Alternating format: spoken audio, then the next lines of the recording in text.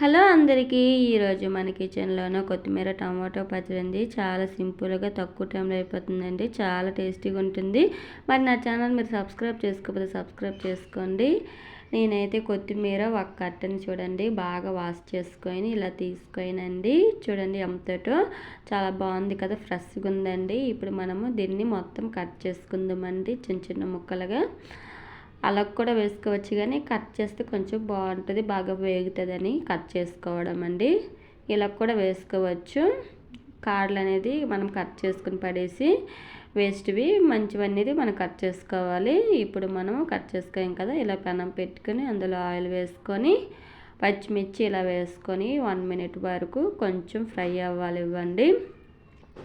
ఇలాగ 1 మినిట్ వరకు బాగా ఫ్రై అవ్వాలి కదా. ఇప్పుడు మనకు బాగా ఫ్రై అయ్యాయి కదండి. అందులోనే మనము టమాటీ ముక్కలు ఒక 3 టమాటీలని బాగా నిలువుగా కట్ చేసుకోవాలి. ఇలా కట్ చేసుకొని అవి కూడా ఒక 2 మినిట్స్ వరకు బాగా ఫ్రై చేసుకోవాలి. ఆయిల్లోనే అవి బాగా ఫ్రై అయితేనే మనం కొత్తిమీర అనేది వేసుకుంటే దానికి బాగుంటుంది. ఇప్పుడు బాగా ఫ్రై అయ్యాయి కదా, అందులోనే అల్లం వెల్లుల్లి పొట్టు తీసుకొని అందులో వేసుకోవాలండి, బాగా వాష్ చేసుకొని. ఇప్పుడు ఫ్రై అయ్యాయి కదండి టమాటా ముక్కలు. అందులో మనము కొత్తిమీర మనం కట్ చేసుకుని పక్కన పెట్టుకోయాం కదా, ఆ కొత్తిమీర కూడా మొత్తం వేసుకొని కలుపుకోవాలండి. మొత్తము బాగా మగ్గనివ్వాలి.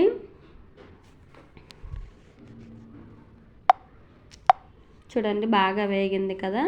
అందులోనే కొంచెం చింతపండు వేసుకున్నానండి, మీకు స్కిప్ అయిపోయింది వీడియోలోన.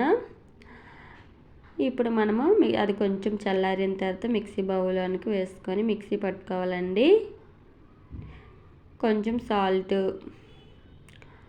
కొంచెం వాటర్ అనేది వేసుకోవాలండి. కొంచెమే వేసుకోవాలి, మరీ ఎక్కువ వేసుకోవద్దు. ఇలా వేసుకుంటే అన్నంలోనికి చాలా బాగుంటుందండి.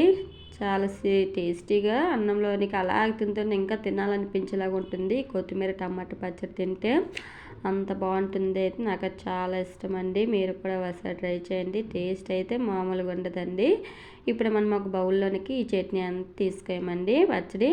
ఇప్పుడు మనము తాలింపు పెట్టుకుందామండి. కొంచెం ఆయిల్ వేసుకొని పోపు దినుసులు ఎండుమిర్చి వేసుకోనండి. మీకు కరివేపాకు ఉంటే కరివేపాకు వేసుకోండి. మాకు ఇక్కడ అవైలబుల్గా ఉండదండి, డైరెక్ట్లో అంత కరివేపాకు దొరకదు, అందుకే కరివేపాకు వేసుకోలేదు. ఇప్పుడు మనం ఇందులోనే మనం ఆ మిక్సీ పట్టుకొని చట్నీ తీసుకోయాం కదండి పచ్చడి, అందులో వేసుకొని ఇలా కలుపుకోవాలండి.